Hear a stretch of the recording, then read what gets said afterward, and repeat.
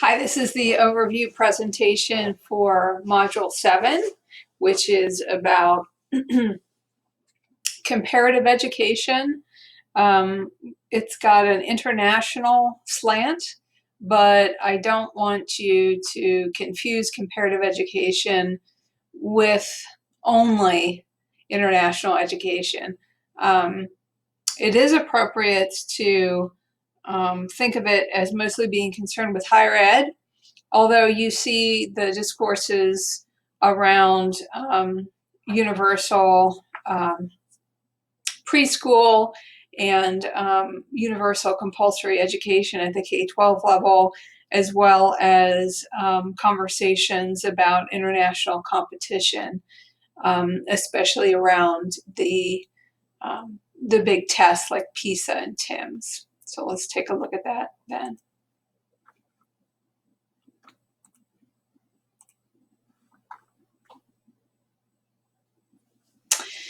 The course book, the major text on comparative education is called Comparative Education, Dialectic of the Global and the Local. And it's probably about 10 years old by now. I used to use chapters from that text when I was teaching this material, but I wanted to find things that both talked about the history of the field, discussed some major ideas so that you would get the scope of the field too and what it was concerned with, and connect it to the line of criticism that we've been exploring here against neoliberalism, which would be considered the dominant ideology in education at all levels right now, both domestically and internationally. So if we are looking at critiques, the thing that we're going to critique is the thing that is most dominant right now. So I wanted to give you a little bit of a history of adult education and how adult education fit into the wider conversations about comparative education. So adult education is another one of those subgenres that is concerned with education within countries and then across countries too, and in regions. It's been variously connected to citizenship, social welfare, the society's care for their elders, then job training most recently, and skills and language training, and then again, citizenship skills. So we have an article from the flagship journal of comparative education by Peter Jarvis, a longtime adult educator, currently deceased, but he was last emeritus professor of adult education at the University of Surrey in England and the UK. So you read about liberal adult education being conceived of as lifelong learning. So a broad, informal system of lifelong learning, enrichment, transition kinds of classes to help people to thrive in retirement. It was concerned with the pursuit of leisure activities. The assumption here was that the applied skills that you would learn in formal education would be for the period of your active career, and then in retirement you would pursue mostly leisure activities.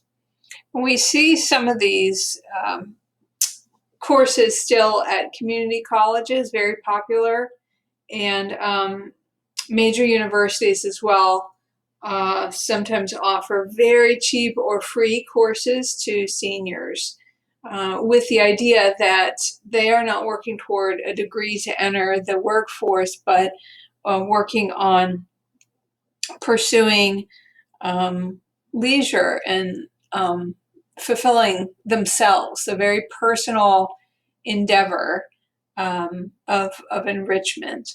But outside of the US, especially in the UK and the EU, you saw this idea of the social responsibility for elders and the idea of seniors being able to contribute to society. And so these are free university systems or free college systems for elders, the Open University in the UK, and then the University of the Third Age in France. And you can explore those if you're interested in more of that. In the US, we had private groups like the Chautauqua organization in upstate New York. And they're still operating, but they were very active in between the wars. And it was a place for adults to gather and to learn. It was for a more elite crowd, whereas we'll get next to the Highlander Center that was more for lower and working class people. It was for developing their passions, developing pet, civic, and charitable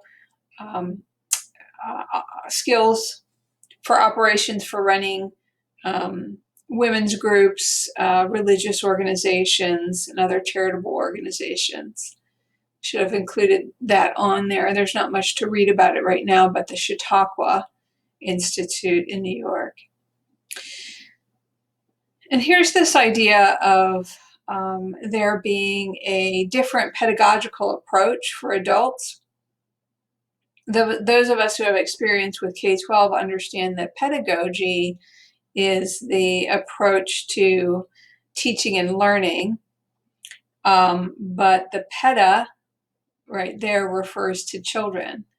And so a lot of this is based on the psychology and philosophy of child development, what's appropriate learning for child development. Now, in higher ed, we still use pedagogy. In non-formal education, we still use the word pedagogy to refer to the ideas of teaching and learning and what's best approaches for teaching and learning. But Malcolm Knowles came up with this idea of andragogy, that adults learn differently.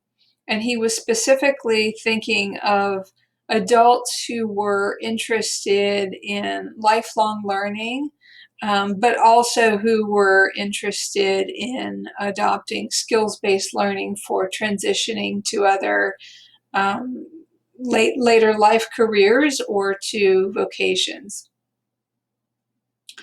And so if you're interested in adult education, I would refer you to Malcolm Knowles to read about andragogy.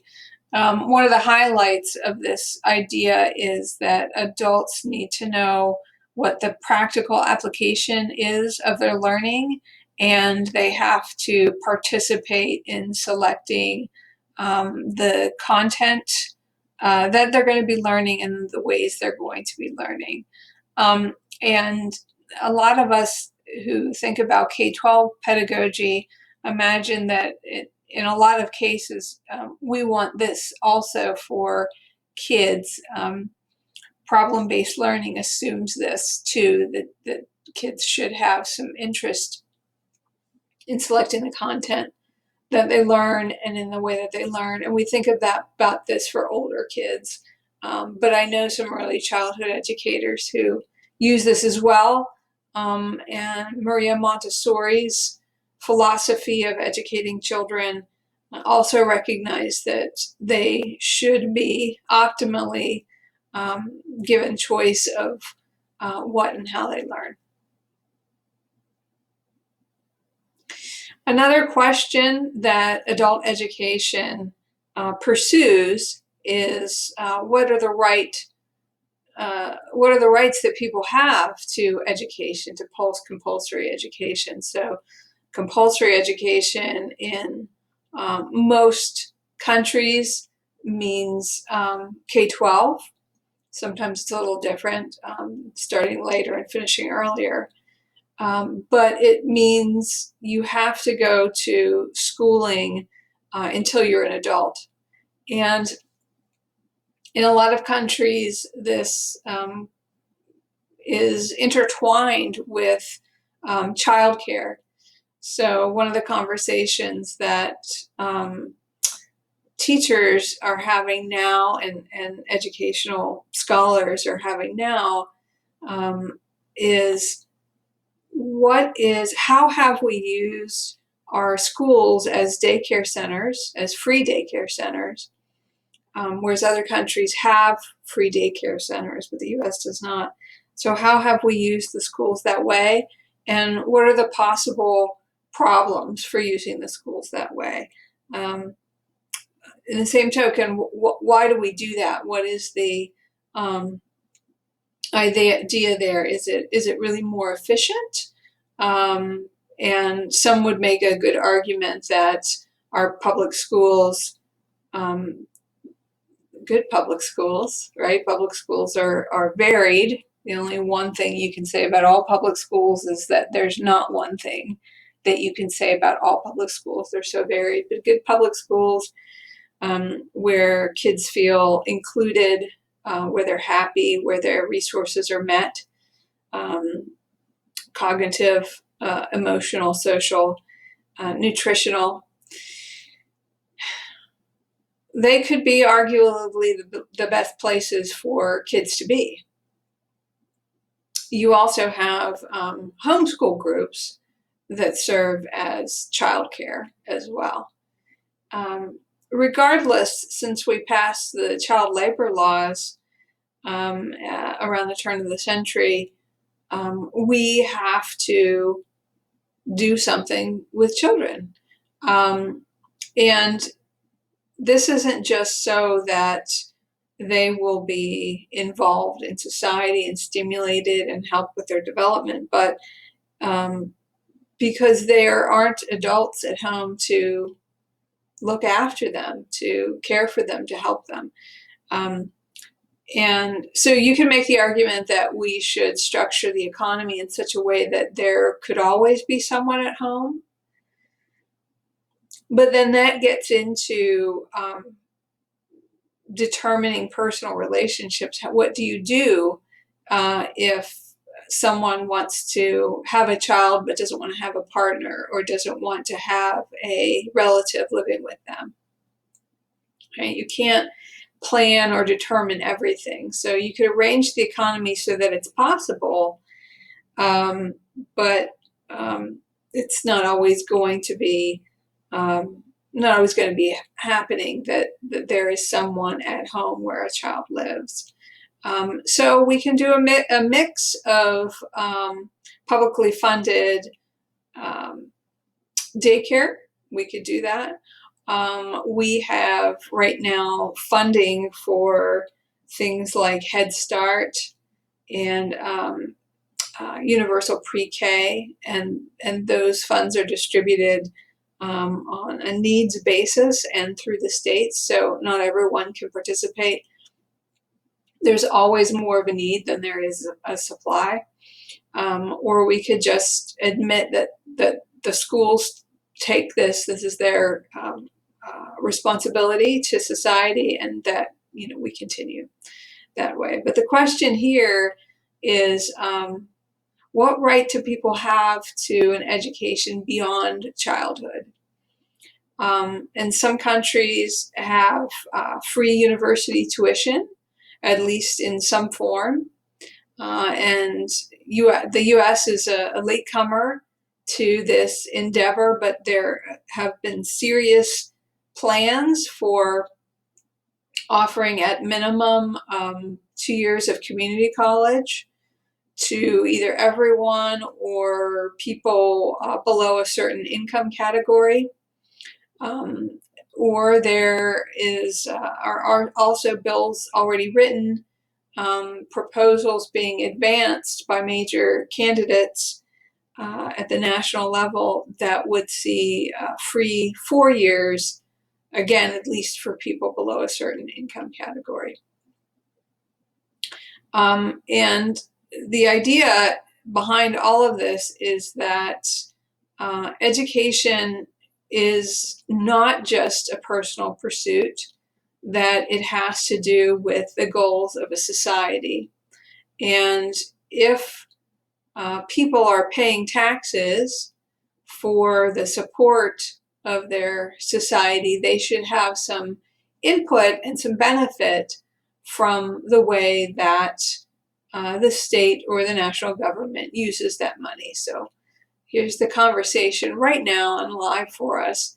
Is it a right? Do people have a right?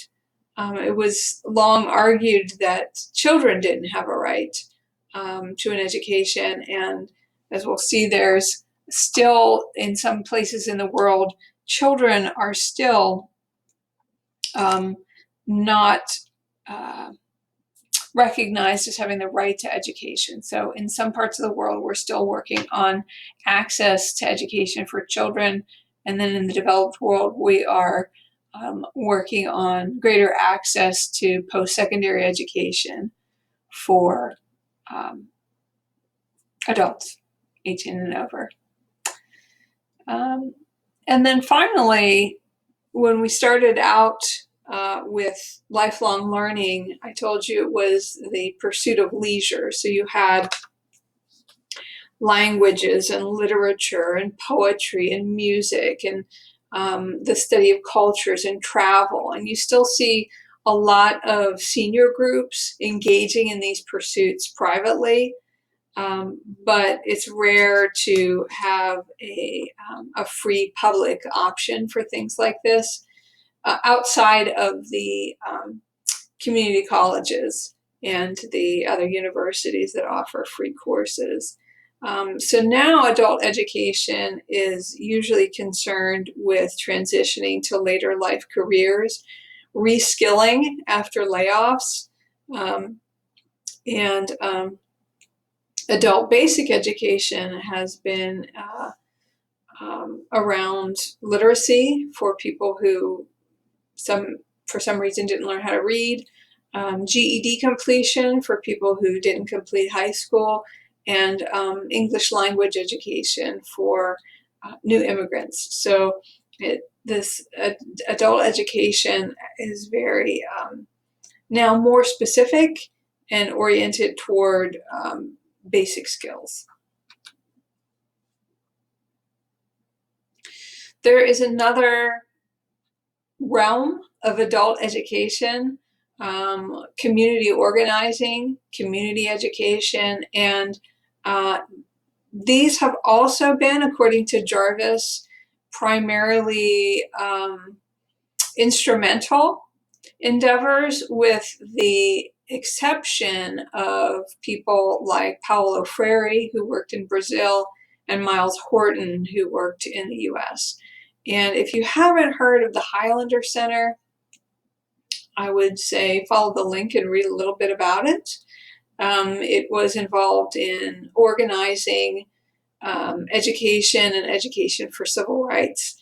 And I used to have rare footage on a VHS tape of Miles Horton and Paulo Freire and students at the Highlander Center who were community people who were trying to find ways to improve their immediate context. So, for example, people working in social services, in prisons, in education, in community-based centers, they were looking for ways to better understand their context and solve problems locally.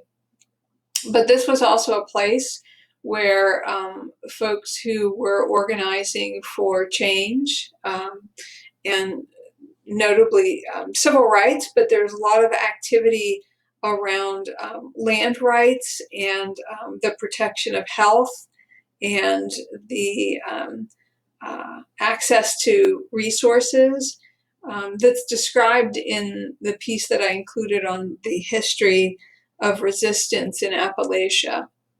So the Highlander Center is located in Tennessee, and besides helping rural and poor people to organize to help their communities, to make change in their communities, civil rights leaders from across the country also gathered there to train in nonviolent resistance and organizing for voting rights. So I've included a pretty old by now, Bill Moyers has brown hair in this video of an interview of Miles Horton, so you can hear him describe the work that he did at the Highlander Center. We also have adult ed offered through extension offices. So the one that I know the most about, and this isn't saying very much, is the University of Illinois Extension Office, and that's because a former student of mine works there now. They do adult education for people who want to learn about farming, who want to learn about their local environment, who want to learn skills in sustainability. So the University of Illinois is very land-based, very agricultural focused. They also work with 4-H, which is an educational organization that teaches young people about agriculture. And I'm sure it's more expansive than this. I've never been somebody that was involved in 4-H, so I'm no expert there. But the extension office is not set up to help people complete degree programs, and their services are free. So in this way, it's another form of community education, one that is the work of the university connected to major universities, but specifically serving the community. And then you have vocational education that's happening within organizations too, work-based training, any training that you have to go to as part of your job. The idea came from human resources holding trainings, or organizations doing trainings of the workers. The idea was that it made sense to invest in your workers as human capital. I don't know if people blink at that anymore. I don't. I've lost all sensitivity to that. But I guess when the term was created, it was a little bit controversial for people to think of themselves in terms of a commodity. And if you're not, I guess, alarmed by this language, join the club. We've all become jaded to this, and this supports the argument of the domination of the ideology of neoliberalism, this idea of the marketization of life. So we're used to that, and we don't see it, just like fish don't see the water that they're swimming in. Professional development also, so this is usually industries like healthcare and education, the medical field, sending people or bringing in educators to help them to keep certifications. So some fields require a certain number of hours of professional development so that their workers stay current. And we, of course, want this in the medical field for sure. And we've seen value in this for education as well. Of course, the content of that can serve to support neoliberalism as well. So we've got some criticisms of STEM education coming later.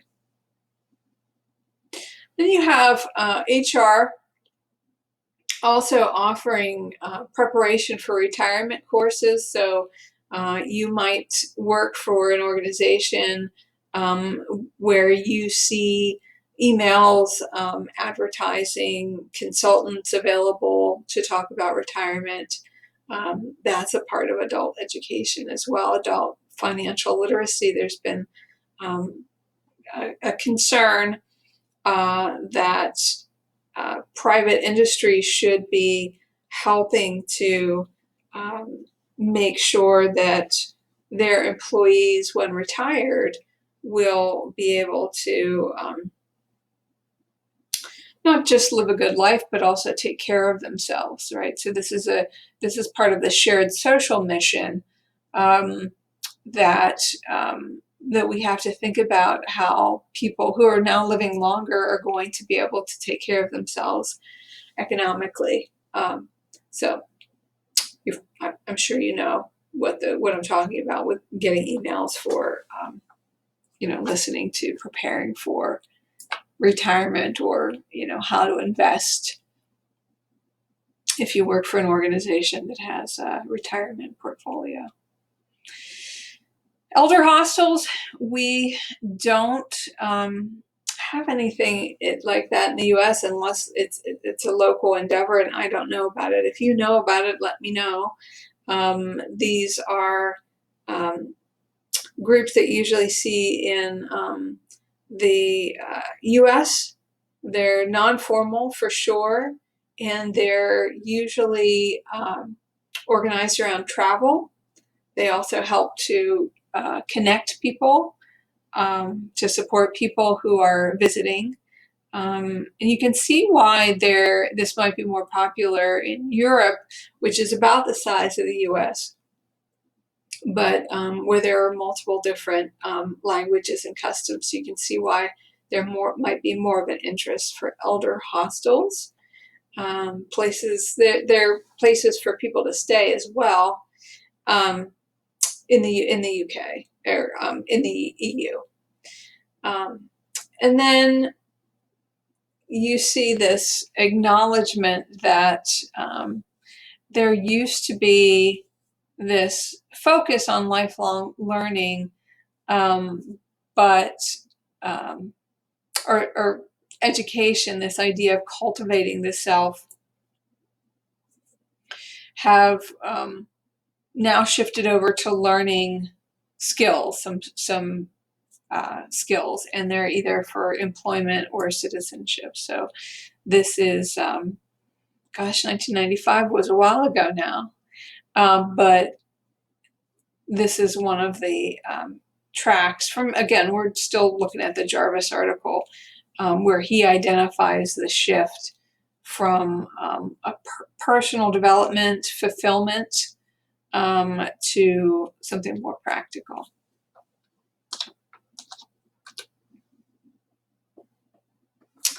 Okay, so moving on to another article that I wanted to focus on by Howley and Howley here. So a team of researchers, a couple. You've got,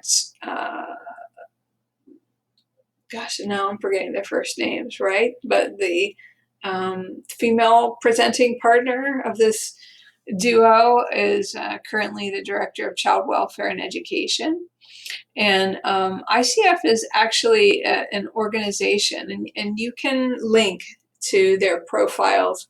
And it's funny because Farming the Poor is criticizing organizations that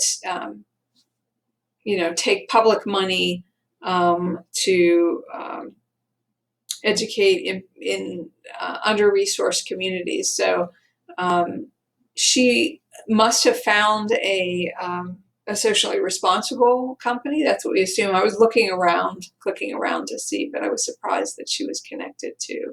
It's a consulting organization. So, and the male presenting part of this duo is a retired professor from Ohio University, and also previous director of ERIC, that clearinghouse of publications. And if you've had to write any education-related papers, you know about ERIC, that database. So people who know what they're talking about, and they are criticizing these organizations, again, who are representing the dominant ideology of neoliberalism, right? So remember, competition, privatization, profit maximization, and applying this to education as a business, as a huge market. So I guess the base criticism is that private corporations take public money in the form of educational funding to provide services. So at the core, this is the criticism, because private organizations don't have the kind of oversight that public organizations do. So I think we all can think of situations where private organizations have done things better than a single public institution, but when we remove that idea of oversight, and when we introduce the motive of profit, there's going to be some kind of conflict of interest. It's just set up that way. So in particular, what this team is talking about is examples of private charter schools, and then these tech giants offering educational packages to schools. And a lot of times they can undercut any smaller or teacher or university made product. And their solutions are always adaptable and scalable and aligned with state standards and transferred or aligned with tests, and aligned with international standards too. So it all lines up. Pearson is a really good example of this. Pearson has dominated the educational market. So they have the textbooks, they have the tests, they have the curriculum that prepares people to take the tests. They have the test prep material. They have the professional development, not just consultants, but packages. And they have the EdTPA. They're the scores for the EdTPA, which is the performance test that teachers in a lot of states now have to take while they're student teaching. So they've really got it cornered. And in our last permutation of the major federal education law, which was the Elementary and Secondary Education Act, it was reauthorized into No Child Left Behind. And one of the consequences for a state not getting all of their kids to 100% proficiency in math and reading, proficiency as measured by a score on a standardized test, one of the consequences was that there would be mandated tutoring for the kids who weren't making that score. So because performance on standardized tests tracks so closely with level of affluence, again, you have these under-resourced, poor communities that have kids who are not scoring well on a test and who are mandated this tutoring. Well, the tutoring also comes from these big corporations too. And again, it's tutoring so that they can do better on the tests. We don't have that absolute requirement now that we have reauthorized the law again into ESSA, but some states had adopted policies under No Child Left Behind that they're still working under now. So just because the federal law changes doesn't mean state law is going to change. There's always some lag time anyway. So, and it's not that the federal level is the bad guy and the state level is the good guy. I don't want to set it up that way by any means. The logic of neoliberalism is strong through all levels of education. And for those of us growing up in the U.S. during this time and getting into education during the time of neoliberalism, it becomes what is. Unless we step back and really understand that laws are written, policies are written, goals are written with a specific consequence in mind, right? It's always going to be that way. It's contrived. There's nothing natural about our education system. It is purpose driven, and so it's either purpose driven for toward one goal or another. So right now, what is the norm? What is the central, or we say the dominant ideology or the prevailing logic is neoliberalism. Another problem that the Howleys highlight is that it's really easy now to get loans for education, and the quality of post-secondary education among the for-profit colleges is just terrible. The level of exploitation, there was a real problem with for-profit colleges deceiving veterans about what they could do with their programs, because veterans have the GI Bill, the GI benefits. So for-profits were implicated in a lot of scams that were just chasing after either loan money or GI Bill money, and leaving the students in debt that they couldn't get out of. So again, preying on under-resourced, first generation, vulnerable people. And, some of them have been brought to task. We currently have a Secretary of Education who supports these organizations. So we're kind of at a standstill right now with pursuing punishing these organizations who are taking advantage of students. And then finally, the What Works Clearinghouse. So I've never been a fan of anything referred to as best practices, because to me that signals the idea that you can find one thing that works the best for all kids or all people in all contexts, and that is just fundamentally not true.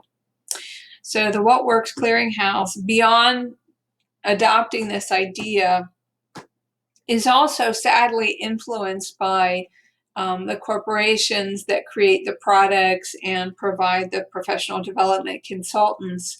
So if they're supporting the What Works Clearinghouse, they're going to be supporting it with publications and reviews of their educational products. So, like I said, if you're in the game to make a profit, then it's, and you might think that your company, that your team, that your tool is saving these kids from failing, is teaching struggling students how to read, is teaching kids how to learn how to speak English. And these are all things that kids in our society need to be able to survive, right? So arguably good goals. So it's not even that these people are aware of the logic of neoliberalism that they're actually supporting. Like I said, it's the norm, it's pervasive. And, this unit has really made me think about my own implication in being involved at the university system in encouraging people to get master's degrees, right? So we have set up a system in teaching anyway that gives people a bump on the salary scale for getting a degree. So to some degree, there's, tit for tat. Some districts pay for professional development for their teachers, and that's good, right? So we don't feel like we're robbing anybody. But we have to think about this. So are you pursuing a graduate degree for the benefit of yourself, or is this balanced? If you need to take out loans, is the degree of debt going to be balanced with your fulfillment or your advantage somehow? Like, I need to think about that for sure.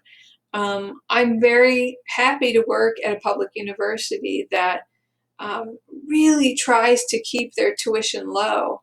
And when I talk to students who are interested in the educational studies program, I always expect them to say that what brought them to the program was the price, because we really are the most affordable option that they could choose for the field that they want to get into, and certainly in our state and in our region. And they don't. They talk about the quality of the program and the professors, which makes me really happy. But I'm always aware of being implicated in helping people to get into debt, having being someone who carries a lot of educational debt myself, having come from lower class, working class background.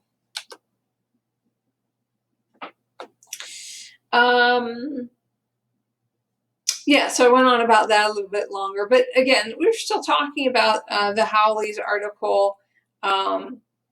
What's insidious about the programs, these in particular tech programs, right? This is a tutoring program to get kids to do better on their math assessments. When these programs don't work, what's blamed is the implementation, right? So the teachers didn't do something right, or the kids weren't taking the lesson seriously. They weren't actually doing what they were supposed to do, which kind of gets back to my earlier criticism that you're not ever going to have a perfect situation where everyone is using the program the way it's supposed to. But even beyond that, you can't design a program that's going to be the best way for every person to learn X. You're not going to do that. It's against human nature.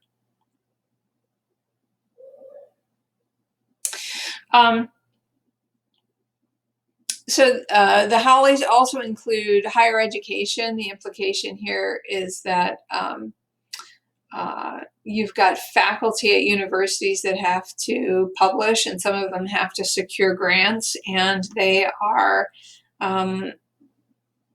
pressured, right? It's a mechanism. It's not a person standing there saying, this is what you have to write about, and this is the methods that you have to use. But the system works to reward people who are working in areas that are supported by major corporations. So STEM, right? There's a big criticism coming from there right now. But if you're working in a field that is supported by industry, then you have a better chance of getting a grant. And if you are doing reviews of educational products to help kids to do better on state tests, you're going to get more attention for your publications. You might end up being in the What Works Clearinghouse. The state, this came under the last administration, the Obama administration. This was something that I criticized the last administration about. Actually, all of their education policy I criticized. But the adoption of the Common Core state standards. So if you like them, if you work with them and they work for you, I have no problem with that.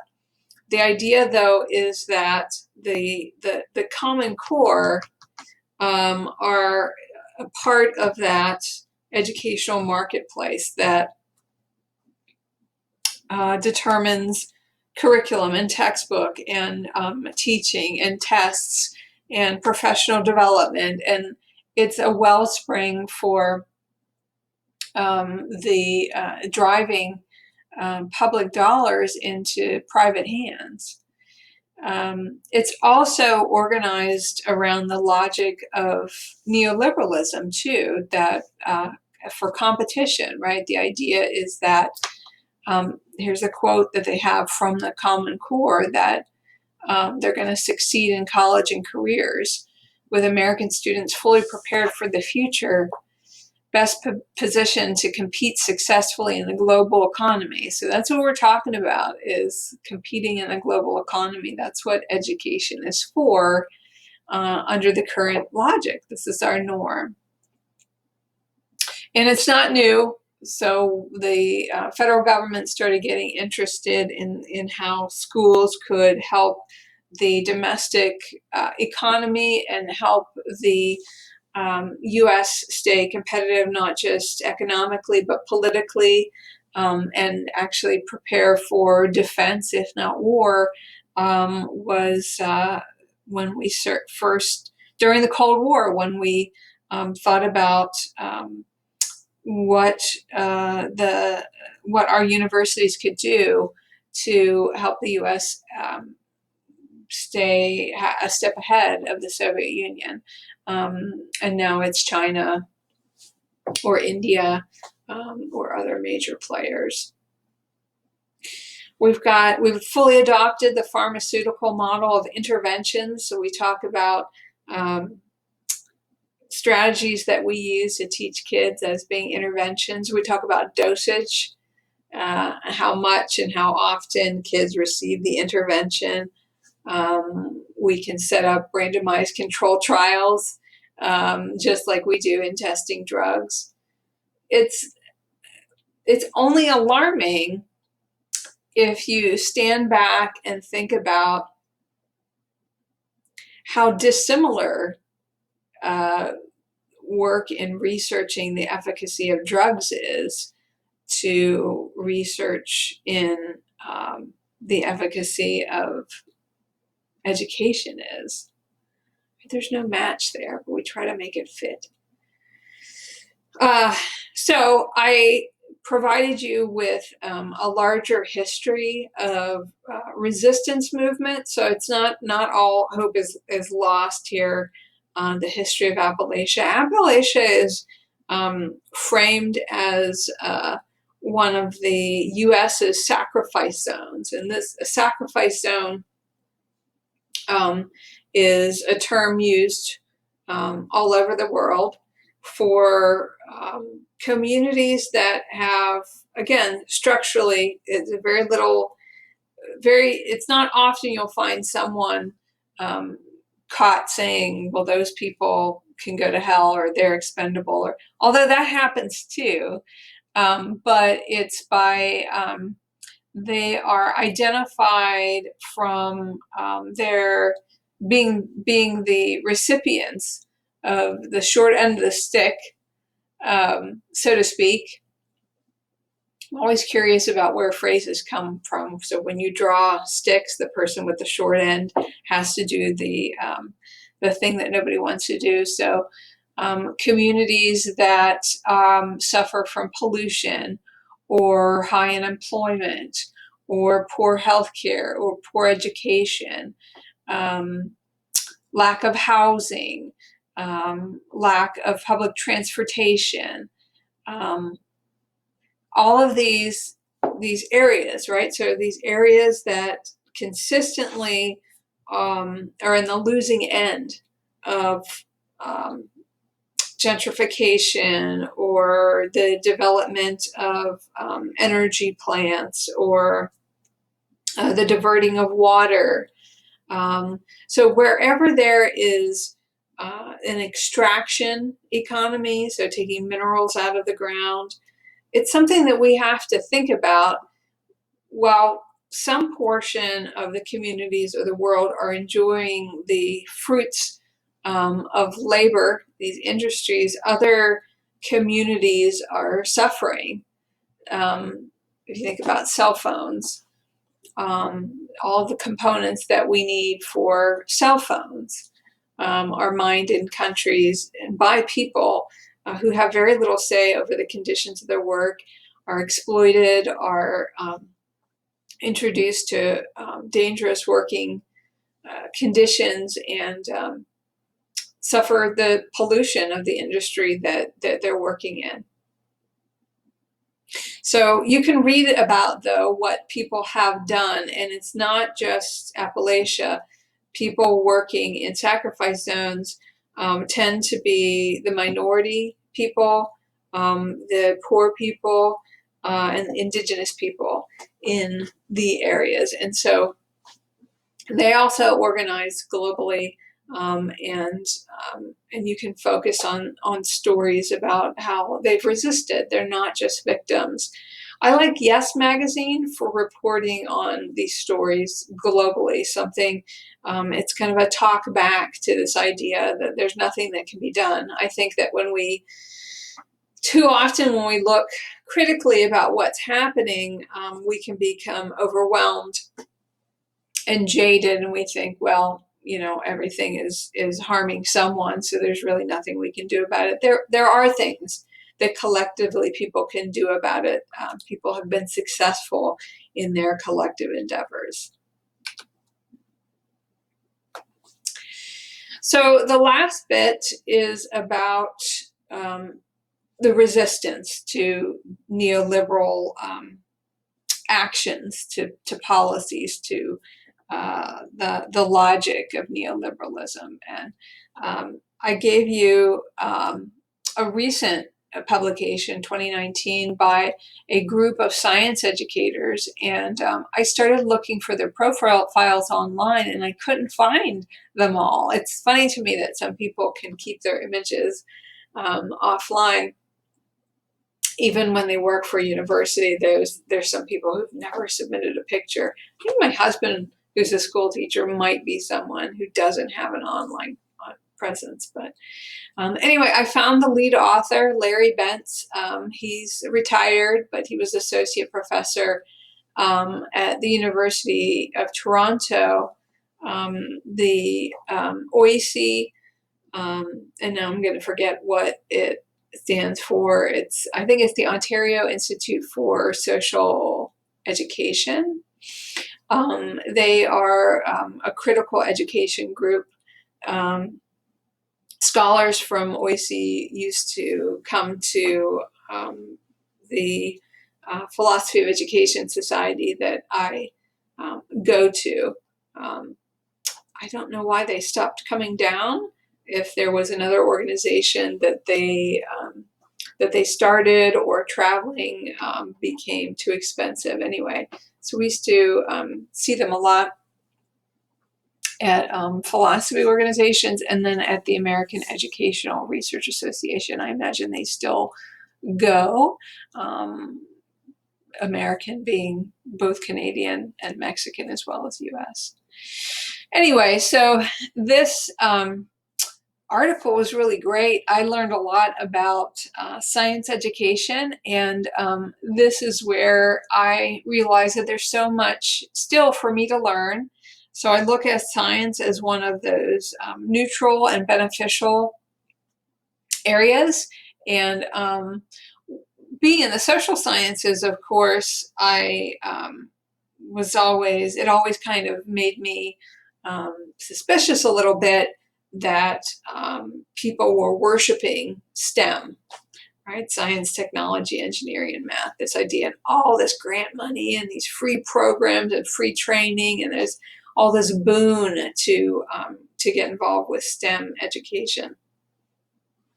And I thought, there are other things worth pursuing. Why don't we have funding for social studies education, for civics education?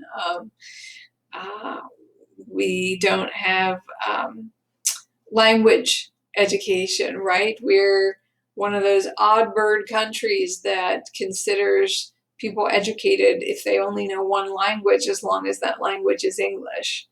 But that was my level of suspicion. So after reading this now, I understand the connection between STEM and neoliberalism, right? Again, it's this logic of applying everything to the service of business interests. And again, right, probably lots of people working in STEM think that this is a way to improve the whole world. It's that idea that if we support people who are going to work for big research and development organizations, they're going to be the ones that are going to find the cure for a pandemic. And that could very well be the case. But we're looking with suspicion on this in this article. These science educators are, not me. I had right? I was uncritically reflective about STEM. They point out the absence in STEM education of social justice issues and environmental sustainability issues, right? Things we desperately need right now. So we're going to drive our industries into a world that is not sustainable unless we pay attention to these things. So the question here, I guess the root criticism here is what happened to science education? What happened to general science, to studying the basics of biology or chemistry or environmental science? What happened to that? It's gotten kind of pushed aside in favor of this applied look at what can we do with science? How can we use science to serve industry? And that's what STEM is about. So it doesn't have built in the focus on social justice and environmental sustainability. That's not to me say that teachers can't bring it in, because they do and they have. And so you can read the stories of the educators here who have come up with their own way of teaching science, and they call it STSE, Science and Technology and Societies and Environment approach. Stepwise is the program that's highlighted in the article. They call STEM programs Trojan horses because they look like something that's going to be valuable, but they're smuggling in something that's actually going to harm. And what they're smuggling in here is the capitalist ideology. And so I don't want you to hear me as saying that, that we need to be anti-capitalist, or there's something wrong with capitalism. And even if you listen to Robert Reich, he would not say that. He would say that there's a way to save capitalism, right? I think one of his latest books is called Saving Capitalism. But it's the neoliberal logic. It's the idea of competition and profit motive and surplus labor, right? So, and maybe that's okay. Maybe we want that, but we're not being honest about that. If that's the case, we're telling people that they can have good jobs, right? When in fact, there just aren't that many jobs for the amount of push that we have to push people into STEM careers. The careers aren't there. The projections for job growth are not there.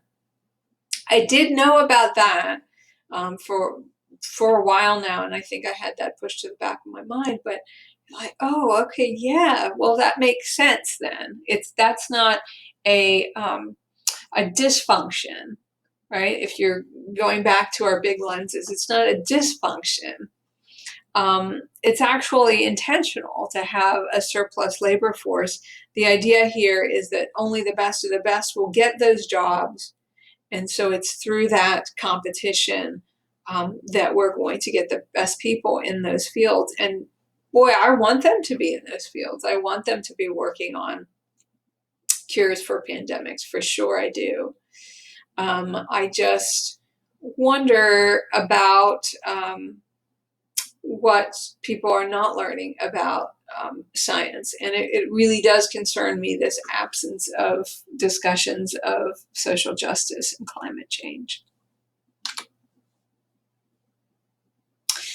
So more resistance here. You've got the commentary on the international test, the PISA. What it's going to be measuring now is critical thinking. So you see these international tests, as being the yardstick with which we measure the quality of education in all countries. And you probably know that the US does not do very well on the PISA test.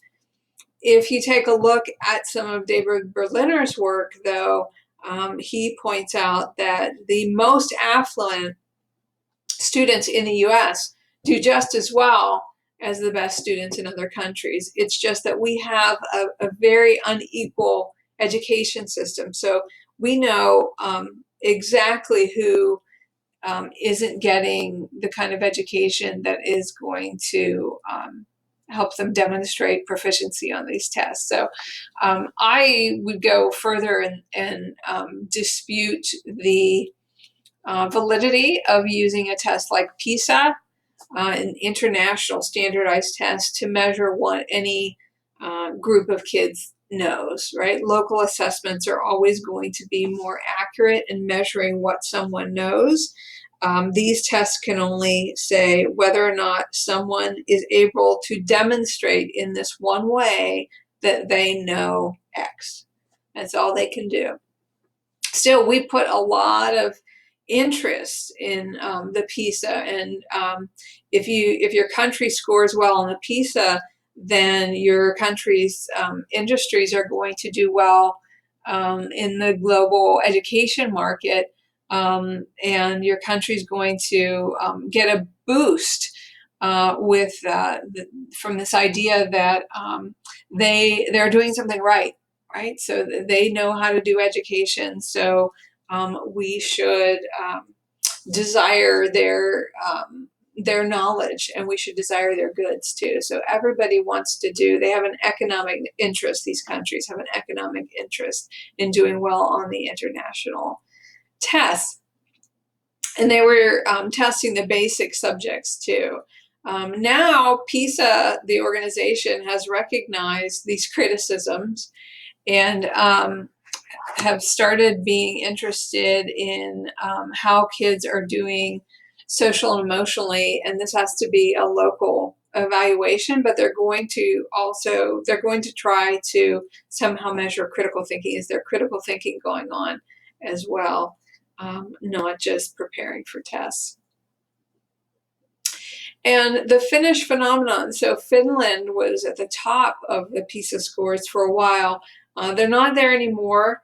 The way that a country performs is usually associated with some other intervention outside of their schools. And so this is something that we are reluctant to learn. We want to know how it is that Finland could score so well. And we don't want to look at the social service system. We don't want to look at the free childcare. We don't want to look at minimum wages. We don't want to look at socialized medicine. We don't want to look at support for mental health or subsidized housing. We don't want to hear about that because we don't want to change that part of our society. We just want to change our schools. If you're really interested in Finland, read Finnish Lessons, and I think there's a 2.0 as well from Pasi Salberg. So he was a former minister of education in Finland, and he was asked to speak to international audiences about what Finland does. And he really stressed that it's a whole society. The whole society in the 90s decided that they were going to make a concerted effort to improve their society through education. And so they made social changes as well. One of the things about the schools is they don't have competition from charters and private schools. Unless you have a severe disability, you're not getting a different kind of education. So that means every segment of society is interested in the success of the public schools.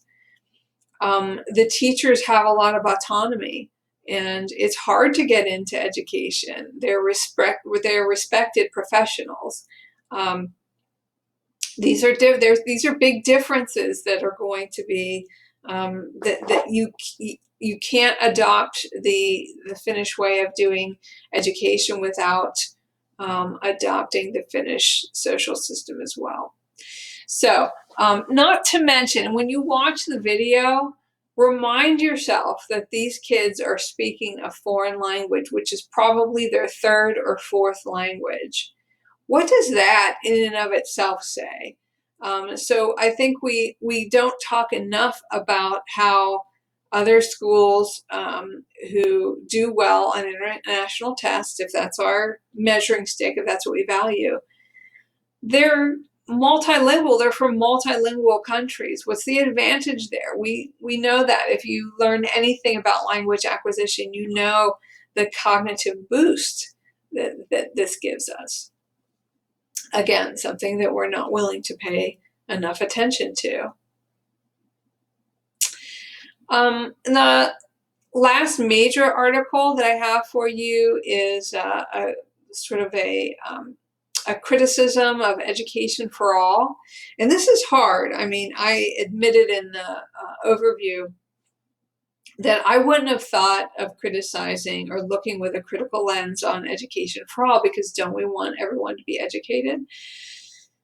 Well, education for all turns out to be a rallying cry for getting all kids into formal schooling that is organized around a Western model. So again, serving the idea of neoliberalism. So this idea that there should be a concerted effort to standardize curricula, to teach kids Western curriculum, especially learning English, so that they can compete in a global economy. This is the purpose of education for all.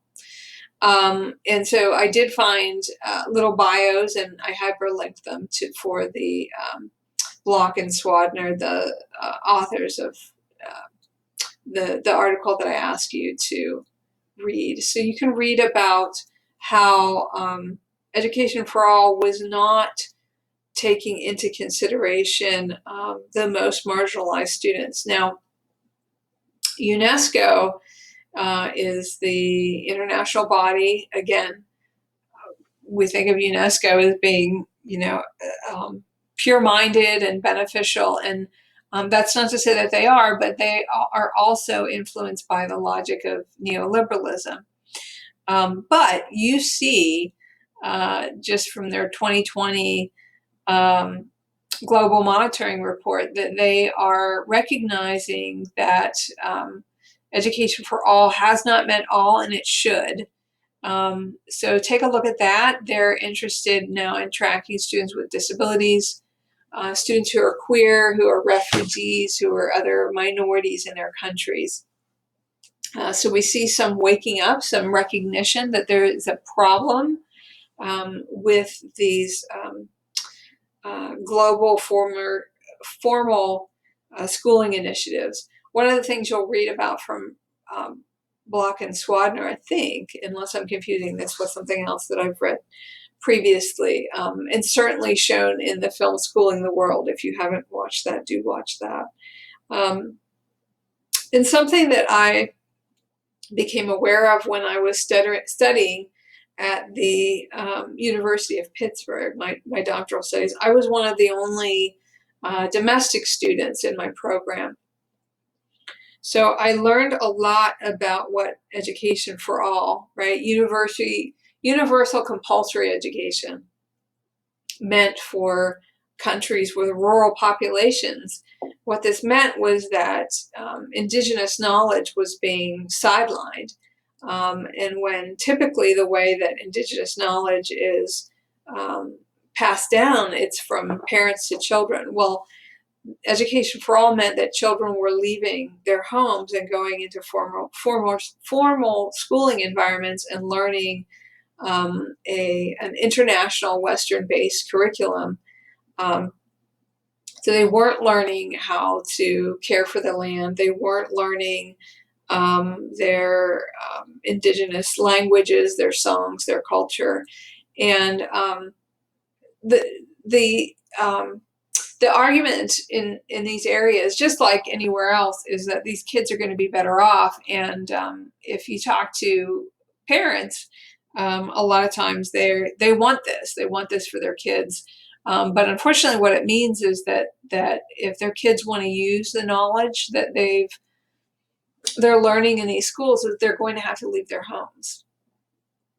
So and so, what is this doing for? How is this improving global rural poverty?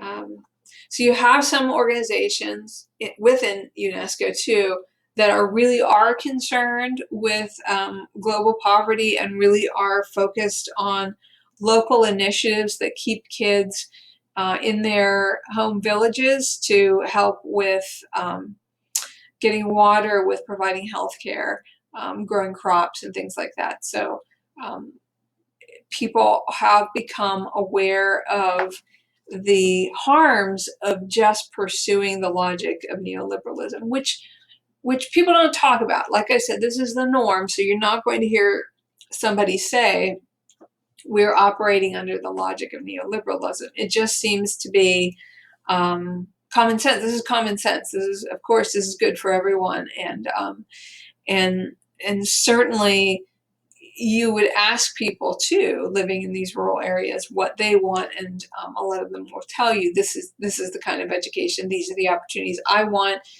In the developed countries, you have these opportunities and you have these consumer goods, and I want them too. And certainly not in a position to argue against that. It would be extremely unfair to argue against that. So finally, I provided a recent article from I guess it's a blog section, a unit of NPR. It's called Goats and Soda, and they report on international development news mostly. And they had an interesting perspective that I didn't think about why the US and the UK in particular were slow to take any advice from Southeast Asian, for example, countries, African countries who had dealt with pandemics before. And it goes back to this idea of colonialism, that the major powers were the ones that helped the developing natures. It is US and the UK and the EU, France and Germany and Portugal and Belgium, who we give you the curriculum and we tell you how to develop, and you take this advice from us. It doesn't go the other way. And it's just so funny, except that it's been tragic in our countries that we had not early adopted the logic that looked to these countries that had dealt with multiple pandemics and said, what have you done? Can you advise us? It just didn't occur to the leaders in our countries to do something like that. So the authors of that article helped me see that that was another tragedy of neoliberalism. And that's it. And that's the end of our content too, because for the next 2 weeks, you are going to be working on your book reports.